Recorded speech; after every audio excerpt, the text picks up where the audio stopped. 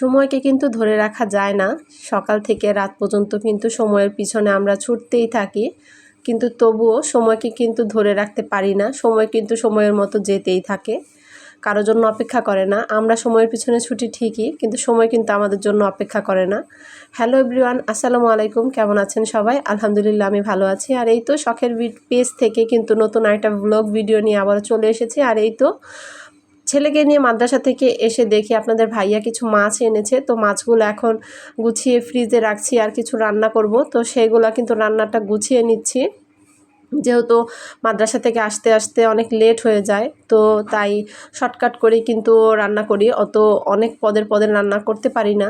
তো যাই হোক, আজকে কচু দিয়ে চিংড়ি মাছ দিয়ে রান্না করব। তো এক চুলায় আমি কচু দিয়ে চিংড়ি মাছ দিয়ে রান্না উঠিয়ে দিয়েছি, আর আরেক চুলায় ঢেঁড়স ভাজি উঠিয়ে দিয়েছি। তো আমি সবসময় এইভাবেই কিন্তু রান্না করি, গ্যাসের চুলায় দিয়ে দেই, দুই চুলায় দুইটা উঠিয়ে দেই, আর ইন্ডাকশন চুলায় ভাত উঠিয়ে দেই। তো এভাবেই কিন্তু রান্না করলে অনেক তাড়াতাড়ি রান্নাটা শেষ হয়ে যায়। আসলে একা হাতে সব কিছু করতে হয়, তো যার কারণে যেভাবে শর্টকাট হয় আর যেভাবে কম সময়ে লাগে সেভাবে কিন্তু চলতে হয়। তো এই তো এভাবে আমার রান্নাটা শেষ করে ফেললাম, আমার তরকারি হয়ে গেছে, আর এখন ভাজিটাও উঠিয়ে নিচ্ছি। এই তো দুপুরের রান্না বান্না কমপ্লিট, আর খাওয়া দাওয়া শেষ করে এখন কিছু কাপড় কাটবো, কারণ অনেকগুলো কাপড় জমা হয়ে গেছে, মেশিনে বসারই সুযোগ পাচ্ছিলাম না। তো ভাবলাম যে এগুলা কেটে রাখি, কেটে রাখলে এক ফাঁকে না এক ফাঁকে মেশিনে বসে সেলাই করতে পারবো। তো যার কারণে কাপড়গুলো নিয়ে নিলাম, যে কাপড়গুলো কেটে রেখে দেই।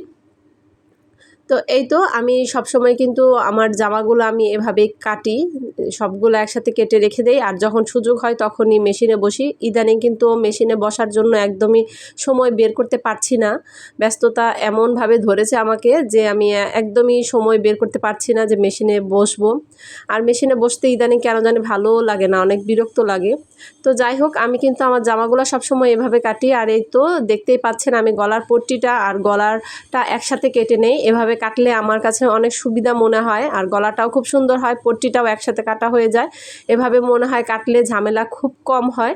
তো যার কারণে আমি সব সময় কিন্তু এভাবেই কাটি, গলার নিচে একটা কাপড় দিয়ে গলার সাথেই পট্টিটা কেটে নেই। এভাবে আমার কাছে মনে হয় যে অনেক সহজ হয়। তো এই তো আমি জামাটা কেটে নিলাম। এক একজনের কাটার ধরন এক এক রকম, আর যার কাছে যেভাবে সুবিধা মনে হয় সে সেইভাবেই কাটবে। আমার কাছে ওইভাবে সুবিধা মনে হয়, তো যার কারণে আমি সবসময় ওইভাবেই কাটি। আর এই তো জামাটা কাটার পর কিন্তু এখন আমি হাতাটা কেটে নিচ্ছিলাম।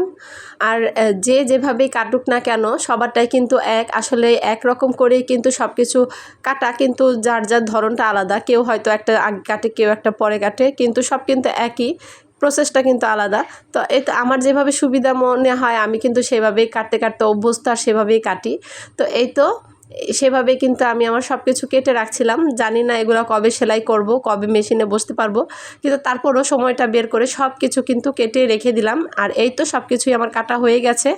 এই তো কাটা শেষ হয়ে গেল, আর কাটা শেষ হলে কি কাজ শেষ? এখন এসেছি এই কেকটা ডেকোরেশন করতে। এই কেকটার অর্ডার ছিল, তো ভাবলাম এটা ডেকোরেশন করে ফেলি।